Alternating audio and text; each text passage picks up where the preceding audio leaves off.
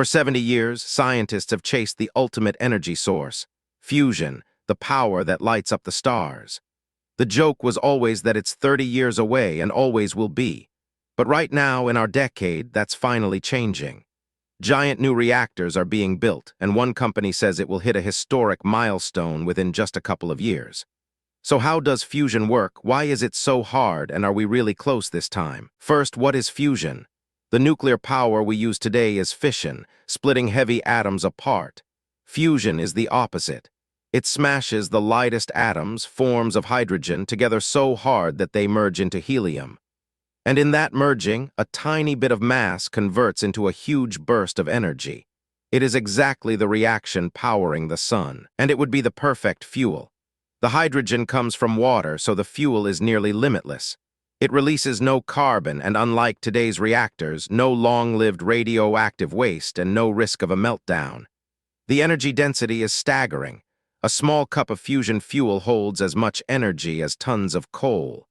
Clean, safe, and almost endless. So why don't we have it yet? Because fusion is brutally hard to start.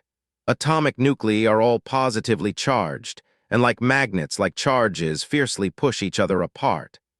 To force them close enough to fuse, you have to slam them together at staggering speed, which means heating the fuel to over 100 million degrees. That's 10 times hotter than the core of the sun. At those insane temperatures, the fuel becomes plasma, a glowing, electrically charged gas, the fourth state of matter. And here's the problem: nothing solid can hold it.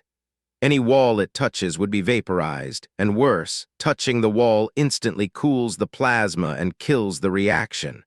So how do you bottle something hotter than a star? The answer is magnetism. Because plasma is charged, powerful magnetic fields can grab it and suspend it in midair, away from any surface.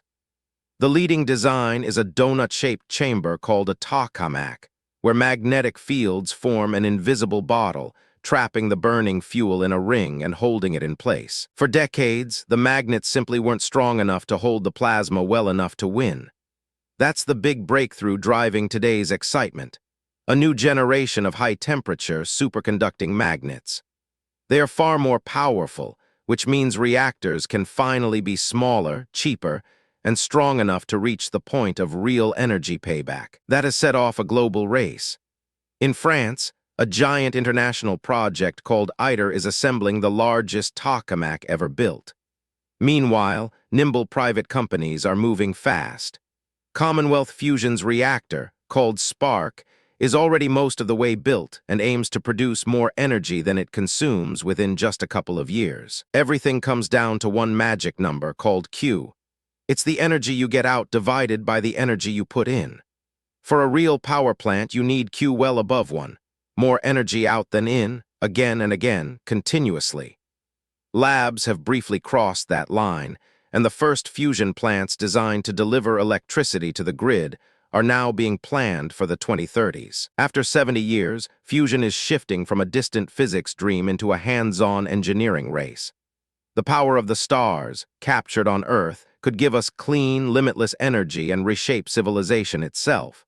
For the first time, it really feels less like a question of if, and more a question of when. And if there's a science or tech topic you want explored next, tell me in the comments. Your question could be the next video. If this made you a little more curious about the world, subscribe to the Binary Brew, and I'll see you in the next one.